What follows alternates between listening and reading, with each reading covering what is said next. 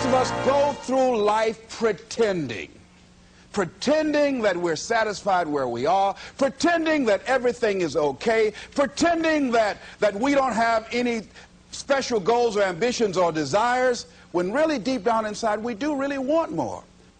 Find out what it is you want and go after it as if your life depends on it. Why? Because it does. It's time for you to look within yourself and decide that I'm in charge of my destiny. I'm in charge here.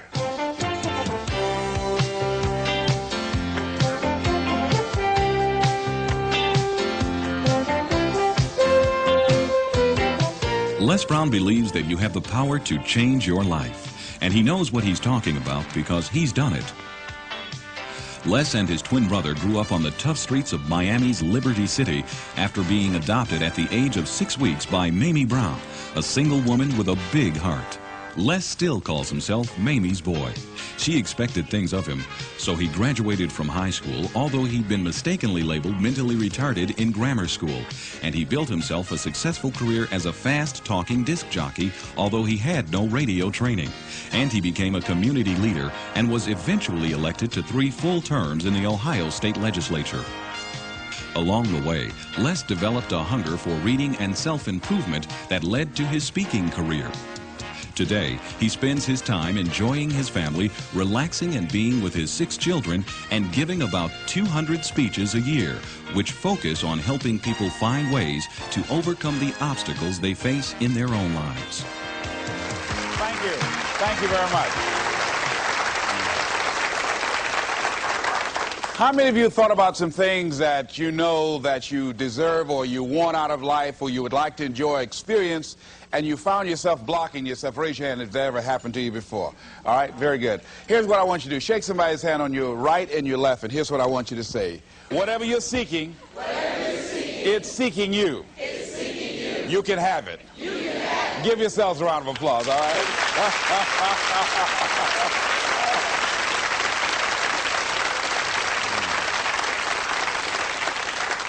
Now, the reason I brought that up is I was riding with a friend the other day, and I know this friend of mine who has been working on a job where she's been miserable for a long time. She was telling me about how she was miserable on the job and how she was so unhappy. So I said, if it's that stressful and if it's causing you that much pain, I say, why don't you just quit and do something else? And she said something that really put her in the chorus line with a lot of other people. She said, I would, but. And then I started thinking about that. I said, let me take a poll. So I started talking to other people, and I would ask them what they were doing. And I said, but is that your passion? And they would say no. I said, then what's your real passion? And they would tell me what their real passion was. Then I said, well, then why aren't you doing what you really want to do? Oh, I can do it, but. And they would continue on. So this word, but just kept on coming up. And then it also has some friends like woulda and coulda and shoulda. And one day, I'm going to have my own business. Those people who talk about one day I'm gonna. Some of y'all know some of those one day I'm gonna people. Raise your hand. Some of you get up in the morning and look in the mirror at that person. I just tease it, all right? So how is it that many times we block ourselves and we use these words almost like we're in a trance, like we're sleepwalking through life, that we find ways to cancel out our dreams? And I think that but is a dream killer, that a lot of things that we want to do, a lot of places we would like to go, a lot of things we would like to experience, and we just stop at but, and we build a case. In fact, I was reading something the other day that talked about but. It says, but is an argument for our limitations. And when we argue for our limitations, we get to keep them. See, but will cause you to procrastinate. But will cause you to hide out behind fear. But will cause you to come up with all type of excuses that you can validate your inaction and not acting on your dream. And right now, more than ever, people need to look for ways to live their dream. People need to look for ways to make it on their own. There is no such thing as job security. There's no such thing as a storm-proof or tragic-proof life.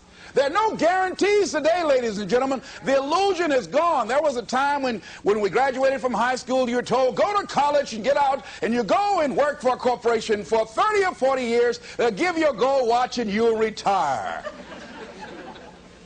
Special announcement, that day is gone. That day is gone, never to return again. So instead of people living in fear, feeling stressed out, feeling powerless, feeling like victims, I think it should be a time that we need to begin to look at ways that we can become an active force in our own lives. Look at ways when we can decide to take charge of our own destiny. Look at ways when we can decide to design a life of substance and begin to truly live our dreams. And it's time for people to decide, I'm ready to get on with my life. Shake somebody's hand on your right and left. A guy named Bob May said this, don't let nobody turn you around. Do that right quick.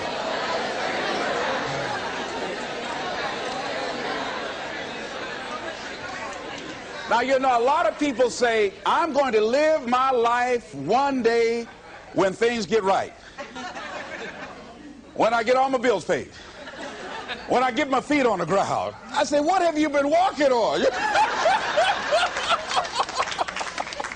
See, there are no problem-free moments. A guy named Dimples had a record one time called, If It Ain't One Thing, It's Another. And I say, if it ain't one thing, it's 12 others. Always something there to build a case on why you can't move on, why you can't grow to the next level, why you can't begin to manifest your greatness, why you can't begin to live life on your terms. Always something there to block you, to keep you where you are, and keep you from beginning to develop your true greatness. Always some fear. How do we handle it? And I'm saying that if you've been hiding out behind but, if you've been using the fact that you don't have enough money or you don't have the education, take it head on. Go get the education.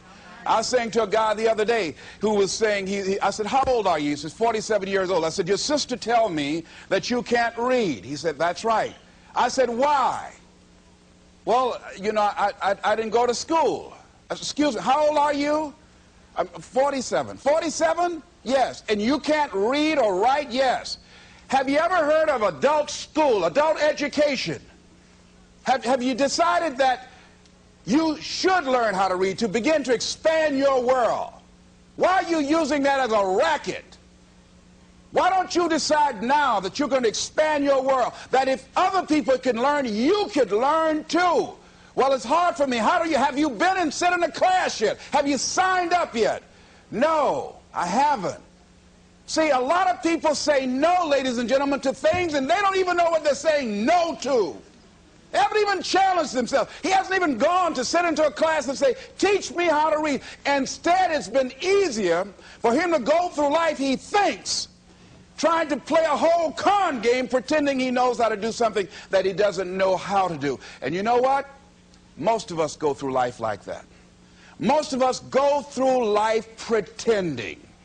Pretending that we're satisfied where we are, pretending that everything is okay, pretending that we don't have any special goals or ambitions or desires, when really deep down inside we do really want more.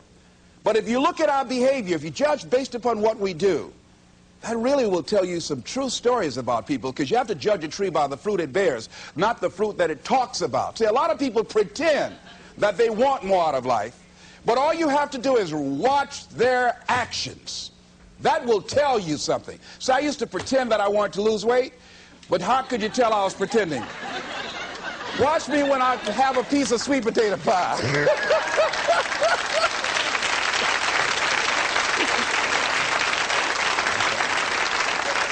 Let me get within walking distance of some peanuts, some potato chips. See, I was pretending that I really wanted to lose weight. No, you just watch what I eat. I'll tell you what I'm seriously committed to. People tell you, oh yeah, one day I want to have a restaurant. See, they're pretending they want to go into business for themselves. They're not serious. How can you tell, Les? Watch their actions. Watch what they're doing. The proof is in the pudding. So if you want to do something, if you thought about something you want to do, take it head on. Decide that you're going to start looking at it, start doing research on it, start tackling it. start becoming involved in whatever and wherever it might lead you to begin to explore the possibilities in that particular thing that you're seeking, so that you can begin to learn all you can about it. Decide that you're going to face it, that whatever shortcomings you have, that you're going to strengthen yourself there. Whatever training that's required, that you're going to go get that training, that you're going to get started right now. George Washington Carver would say, do what you can, where you are with what you have, and never be satisfied. S.B. Fuller used to say, and you heard Joe Dudley talk about, always strive to be more than that which you are. Yeah, don't get satisfied with yourself. Always know that wherever you are, you can enjoy more, that you deserve more. But most people, you know what they do? Most people go through life quietly and safely, tiptoeing to an early grave. Find out what it is you want, and go after it as if your life depends on it. Why? Because it does. People that have found their passion, people that found the things that they love, people that have found the things that they can pour their lives into, those people live longer. I was in New York and I had to do a seminar at a special church, and a guy by the name of Reverend Johnny Youngblood. And I said, how is it that you were able to build this big housing facility and got all of the various community and religious groups together to have this dwelling for 2,000 residents that were once homeless? How were you able to take on this responsibility? Wasn't it overwhelming? He said, the kind of work I do, he said, it's in me. I've got to live what's in me. And I think that's everybody's desire in life. You've got to live what's in you. Life is just too short and unpredictable. But what do we say? But there'll always be tomorrow. Oh, no. There's no guarantees you're going to show up tomorrow. There are a lot of people who were here yesterday that they're not here today. There are a lot of opportunities that were around yesterday. They're not here today. Oh, you can wait, but you know what Abraham Lincoln said? Well, good things might come to those who wait, but only the things that have been left over by those who hustle.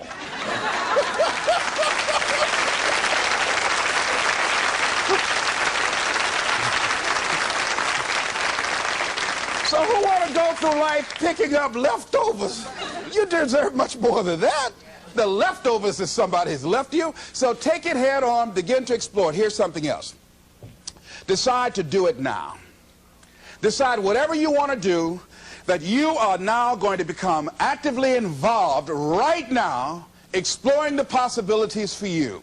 That you're going to look at it and do just a little bit of it right now. When I decided to become a speaker, I didn't just quit my job and just ran out and say, I'm a motivational speaker. No. What I did was, I decided to start looking at other people that were involved in the speaking profession. I volunteered to work with some speakers so that I could learn. Whatever you want to do, get your feet wet. Gain some experience doing some volunteer work in the area and find out whether or not this thing you want to do will fit for you. A friend of mine told me he wanted to have a restaurant. I said, have you ever operated a restaurant before? He said, no. I said, well, really, you don't even know if you want one. I said, what's your expertise? What do you bring to the table? He said, I can cook real good. I said, well, what about the management side? What about the business part of the restaurant? You're not going to be cooking all the time. Somebody's got to receive the money. Who's going to manage the personnel? He said, you got it right. You got a point there. So this guy got a job in a restaurant in the evening time on a part-time basis. After doing that for a while, he said, you know what? I think I just want to be a chef. He said after working there, people didn't show up to work. He said it's hard to find the help. People weren't responsible. The headaches, the guests were just giving him problems day in and day out. They weren't ever satisfied. He said, no, I just think I'll stick to cooking. See, you got to find out what fits for you. Because you might decide that after you go up in there and examine it and experience it and get some experience under your belt on it, well, you say, this is really not what I want. This does not fit for me. So decide that you're going to do that. Now, John H. Johnson said something that's very important. He said, there's no defense against an excellence that meets a pressing public need.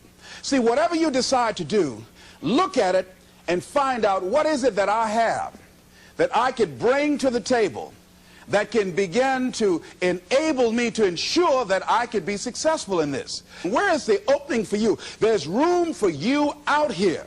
Out here in the arena called life, there's room for you to come out and live your dream. Don't allow but to keep you in the corner, keep you up in the bleachers, looking at life, being a spectator, not being a participant, making a difference in life. I believe that all of us came here with something. All of us showed up to give something, and that nobody but nobody's going to give that service that you have to give. No one's going to produce your product. No one's going to write your book. No one's going to open your academy. No one's going to begin to create your daycare with a special curriculum to help to cultivate the high self-esteem in our children. That's your idea. And if you don't bring your idea out here, when you die, all of us will suffer because we've been deprived of your genius because you allowed but to keep you in the bleachers and not pursuing your greatness. You take it to your grave with you. And that's what most people do. I think that's why the guy said that many people die at age 21 and don't get buried until they're 65. They're walking dead. You can tell them by the way they walk. How they look in the face. When they speak to you. I was giving a speech at this high school, and a lady came after school. She said, "Mr. Brown, I want to talk to you about my son." I said, "What is it?" She said, "He's not motivated." I said, "I wonder why."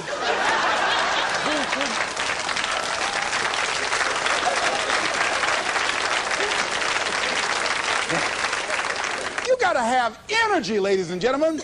You got to have life. If you're excited about what you're doing, even in the area of selling, you know people don't buy because of logical reasoning. People buy because of your way of feeling. People don't like to be around dead people. No, let the dead bury the dead. No, keep them away from you before they grab you and want to hold on to you. So the fact that whatever you do, you want to be excited about it. You want to have the kind of excitement that is so contagious that people want to be around you. Because whatever you're doing, whatever you talk to people about, this particular idea that you have, they're looking at you and they want to know, do you believe it? And are you the kind of person they want to be in business with? And if you're not positive, if you're not energetic, if you're not fired up about it, how can you expect anybody else to be fired up about your idea? Am I right? All right, repeat out to me, please. I'm going to be fired up about my dream. I'm going to go at it with everything I got. Shake somebody's hand on your right and left and say, "You got what it takes."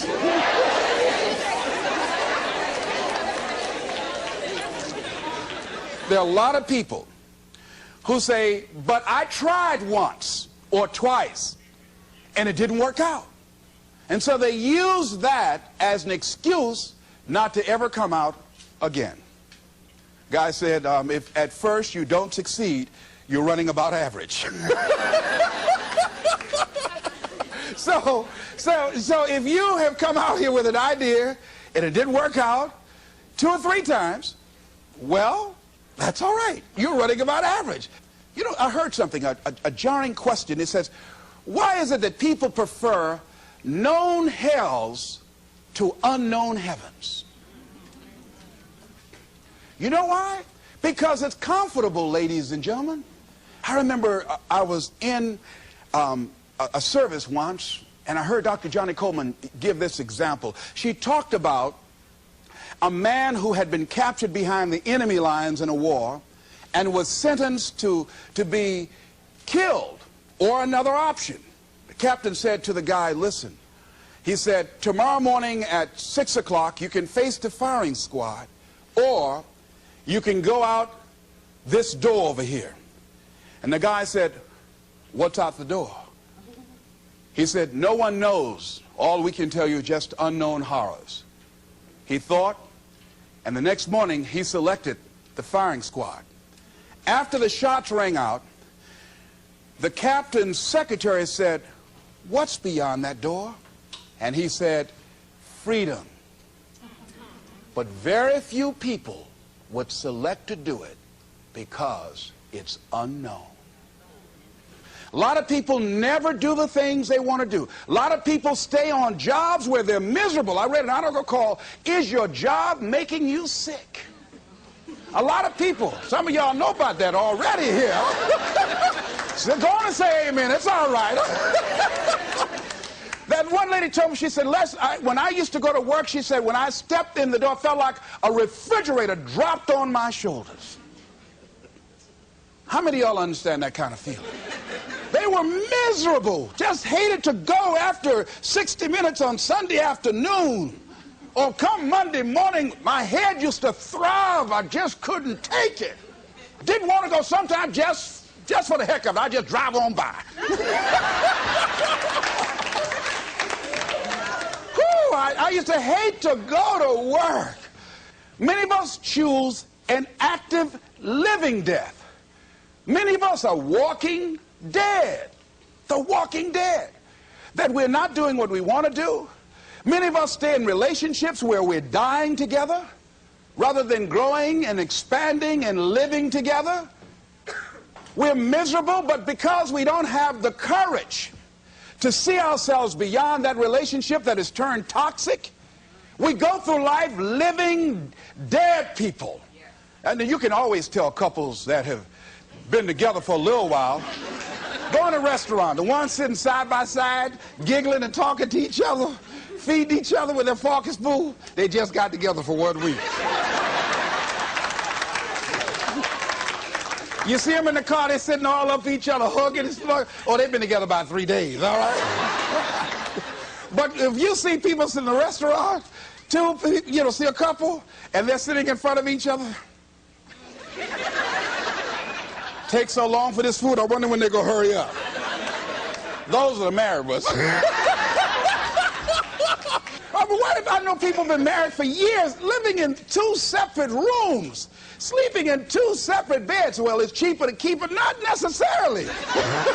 It's according to the price you want to pay.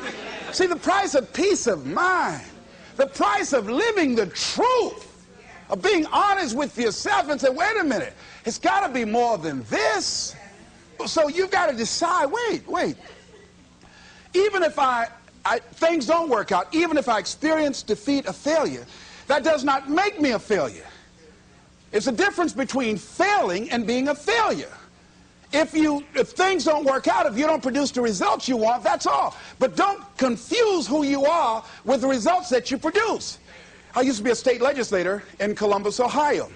And I remember once I was going to introduce some legislation on the floor, and after getting that legislation passed, a guy came up behind me, and he had some legislation that I opposed him on that.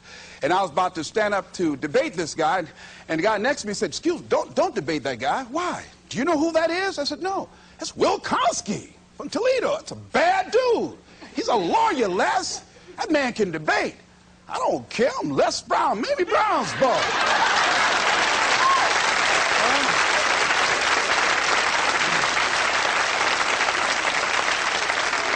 So I raised my hand, Mr. Speaker. He said, the gentleman from the 29th House District. I said, yes, sir. To tell the gentleman I'd like to take him on. Challenge him on this legislation. He said, Will Kosky said, I would more than like to, Mr. Speaker. Everybody would say, whoa. I asked him some questions. He responded. I say, I wonder why I asked that man that question. Will Kosky wore me out. I mean, I was so embarrassed, I just limped back to my room with my yes, I can attitude. However, here's what I learned. When you win, see, if I win a debate, I win because of what I know. When I lose because what I don't know. So I had to check out, what is it that I did not know? I wasn't prepared. I did not do enough research. I did not do my homework. So he handled me like he wanted to. So I came back again. I waited on some other legislation, did my homework, but he was more than able to take me out again. But pretty soon, each time it would become a little bit more difficult and a little bit more difficult. And the older guy said, would you argue in behalf of this legislation for me? I said, sure. I started volunteering to do work in the legislative committees for the older guys. I said, absolutely. And the more I did it, the better I became. And then people began to start respecting me. And when I would ask and say, Mr. Speaker, I'd like to speak on that bill, some guys' lips start trembling and stuff, like Jimmy. Wait a minute. Is there anything wrong? Do we have a problem here?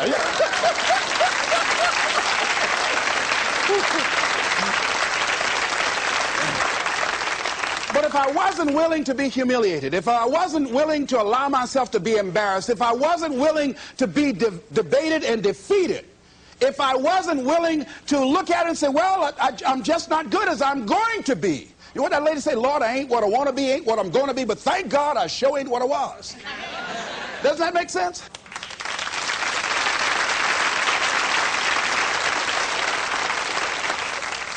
See, you want to learn all you can in life. You've got to be willing to experiment.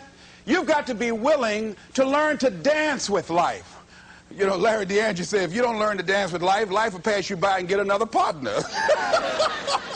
I'm saying you're going to have to dance even if you don't want to.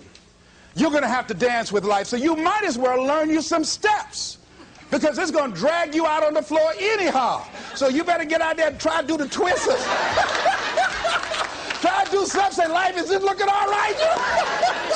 Because life going to put some knots on your head anyhow. I mean, he'll come up in the bleachers and slap you before everybody. Why? That's called life. No one is immune. Just think, just over a year ago, everybody's talking about Donald Trump. He was a darling of America, the American dream fulfilled. Just over a year ago, less than 2 years, everything that people were bragging about, this wealthy, invincible American figure, look what has happened now. Everybody, no one is exempt from that. I was talking to a friend of mine by the name of Maria.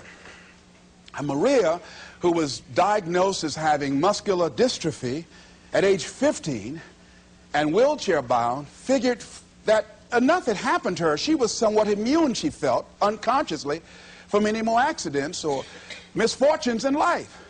Her wheelchair malfunctioned. She fell out, suffered a closed head injury, almost went blind, lost her memory and concentration for a long period of time. She said, on that day, Les, I decided to live. I said, why? She said, life is about today. She said, I felt because what had happened to me, I was exempt somehow. No. Life will knock on everybody's door. I don't care who you are, care how nice you are. Life will come get you. People will dislike you because you're nice. Oh, she thinks she's nice. She's Miss Goody Two-Shoes. People will dislike you because you look better than they do. Because you have more than they do. They'll be envious and make up lies about you and attack you. They're envious of you. Why? I don't know. That's the way they set it up. I don't know. I don't even ask any questions. That's just the way it is. That's the way it is. Handle it. And that's what Maria said. Les, I'm going to live. She said, and they told me I was going to go blind. I said, wait a minute, can you imagine me around a shopping center in a wheelchair and a walking dog too? Oh, no. She said, I'm going to see, Doc. I've got to. And she can see today. That willpower, that determination, very positive, upbeat person. I say, but don't sometimes you feel sorry for yourself, and don't you wish you had the capacity to do what other people do? She said, I don't waste my time comparing my condition with other people, one. And she said, people that suffer from a lack of motivation suffer mainly from a lack of self-appreciation. She said, I know that I have value, and the fact that I'm in a wheelchair doesn't make me any less of a human being who can contribute something to life.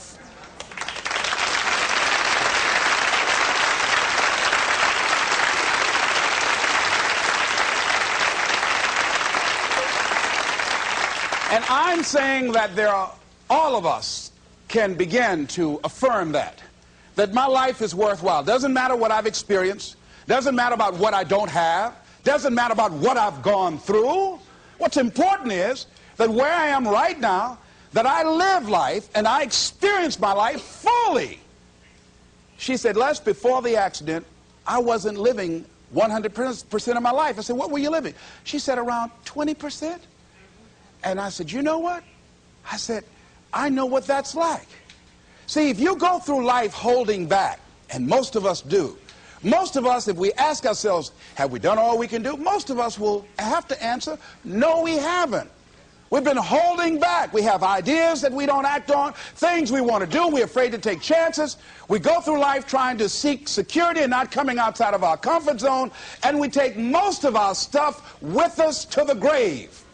And I'm saying that the fact that you're still here, that you're still breathing, you've got some more work, and you owe it to yourself. You owe it to yourself. So when you get up in the morning, that you can look yourself in the face and say, hey, I'm living my life on my terms. That's important.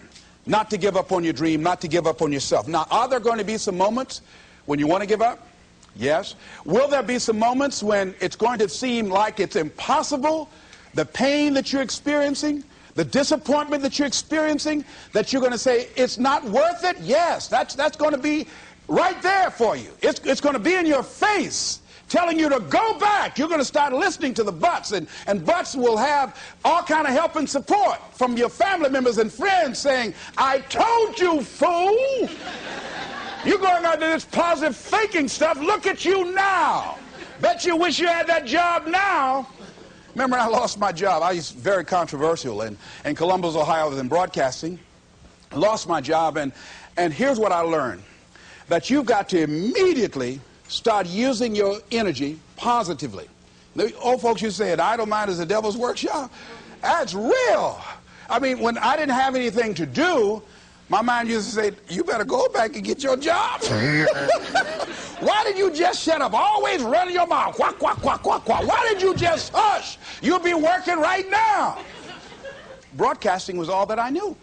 And that was my life. I love talking to people, and I love playing the records. Used to come on there, look out, this is Les Brown. All right, get up, face these, raise your right hand, throw your head back, put your teeth in and say, I am somebody.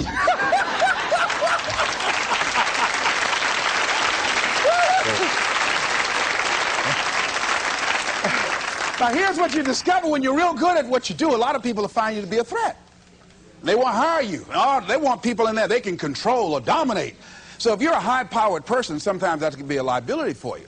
So it was difficult for me to get a job in broadcasting. Did not get a job in broadcasting. Had to take another route. Had to begin to use my talents and abilities in another area. Wherever you are right now, I'm saying to you, you've got at least 3 or 4 or 5 talents that you are not even aware of right now.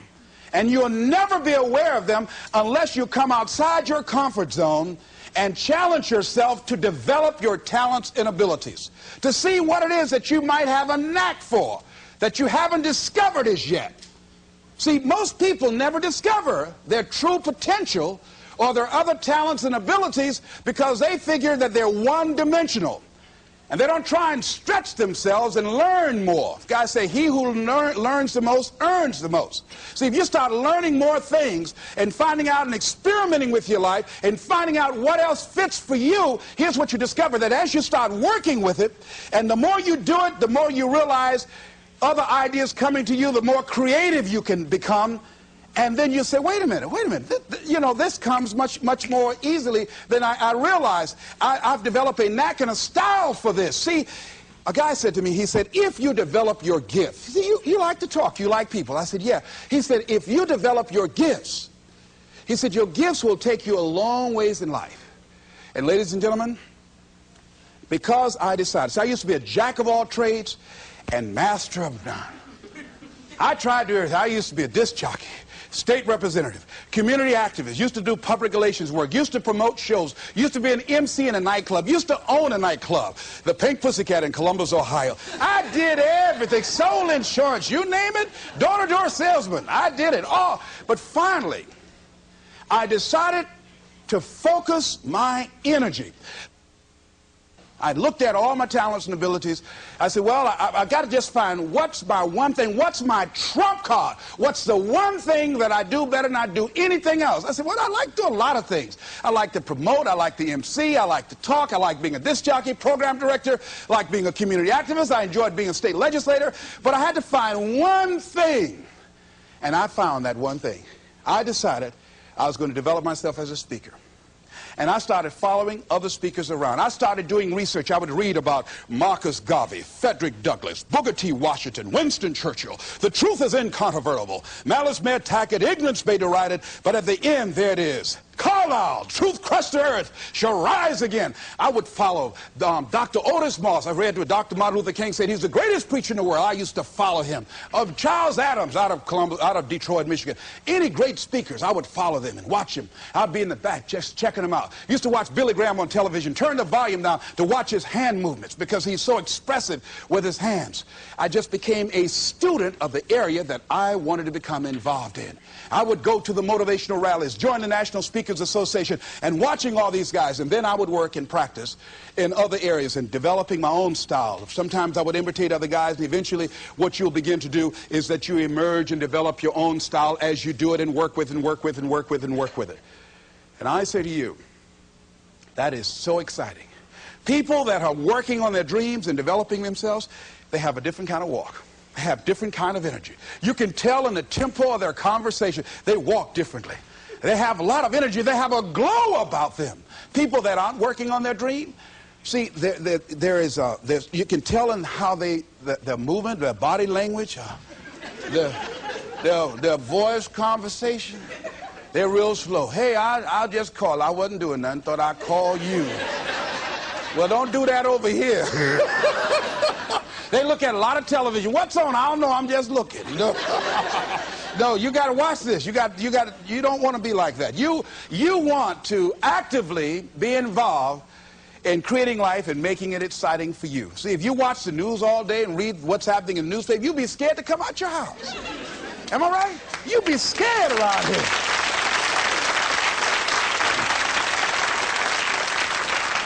See, you got to keep the little boy and the little girl alive in you. See, most people don't smile. You know that? Just smile. Just smile sometimes. You know, even if you're homely, you look good when you smile. Watch good. Isn't that something? Smile at a homely person on your right and left right quick. You know.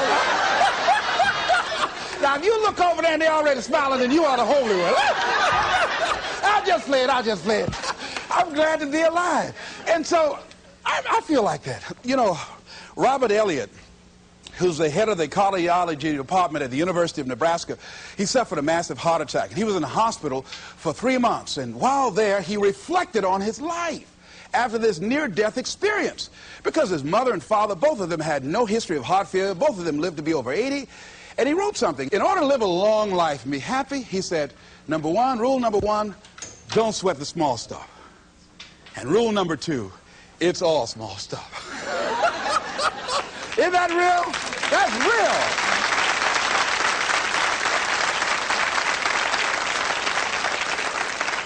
See, if you're working on your dream, sure there are going to be times you're going to want to give up. Sure there'll be times in life I'll knock you down and catch you on the blind side.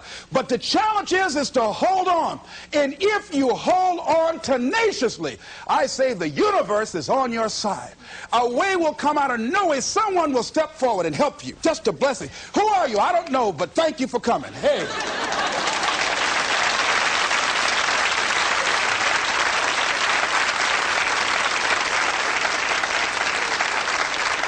So don't allow the difficult and challenging times to demoralize you. I love to quote this guy, Charles Udall.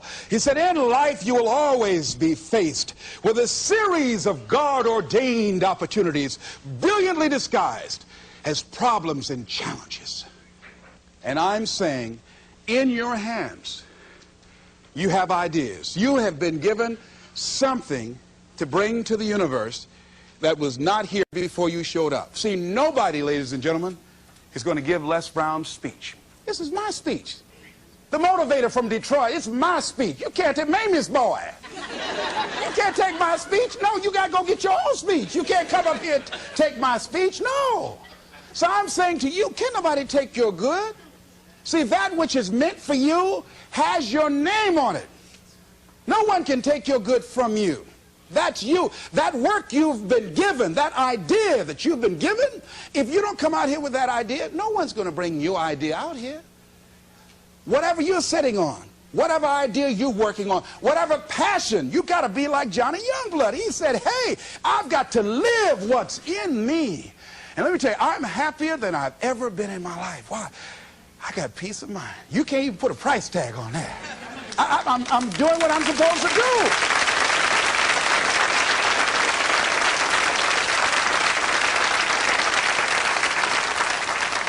And I say to you, the universe is calling you. A young lady wrote me a letter once after hearing me speak in Detroit, and I had just finished working with some kids, and it really was a short letter.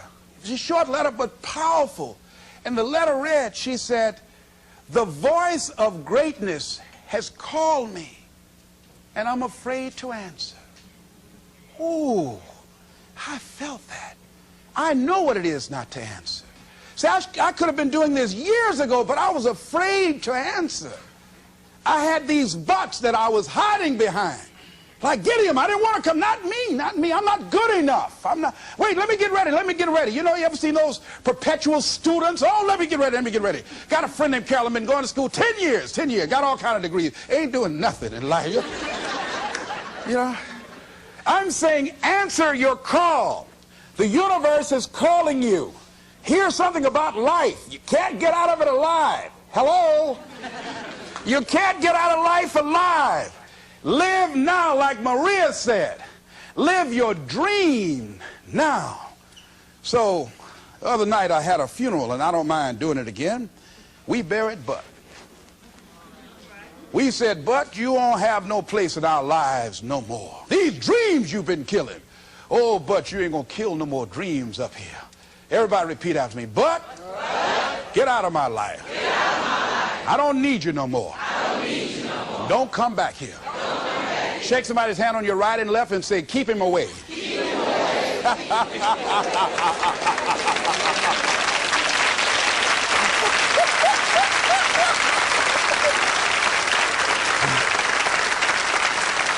So finally I say, look at your life and decide that my life is beautiful, that my life is meaningful to me. I'm not exactly sure what I want to do, but because my life means so much to me, and there are no guarantees in life, I'm going to live as much as I can each day. I'm going to do what I can where I am right now. And whatever I shared with you, I read a book called It Works If You Work It.